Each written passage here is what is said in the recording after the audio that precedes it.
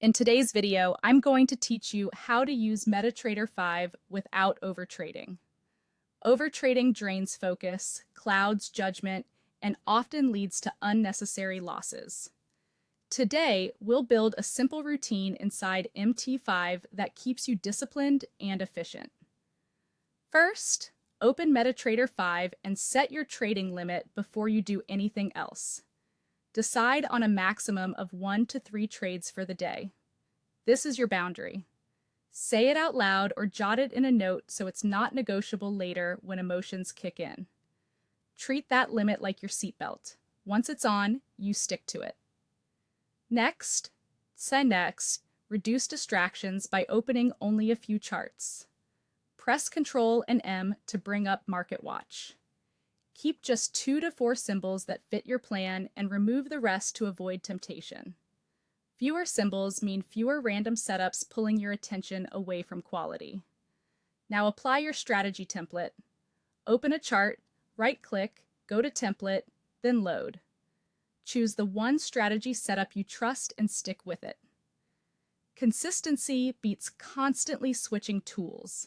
If you use indicators or specific settings, keep them exactly the same every session. Before thinking about entries, set your key levels. Mark support and resistance, and draw the recent high and low zones. Do this prep work before any trade so you know where price matters and where it doesn't. Clear levels turn noise into structure and make decisions faster and calmer. Then enter the do-nothing phase. Don't click buy or sell yet. Simply wait for price to come to your level and form your setup. If there's no setup, there's no trade. Patience here is a performance edge. To make patience easier, use alerts instead of staring at charts. Right-click on the chart, choose Trading, then Alert, and set it at your zone. Let MT5 notify you when price arrives so you can step away and protect your focus. When a valid setup appears, enter only if it checks all boxes. Use F9 to open the order window or use one-click trading.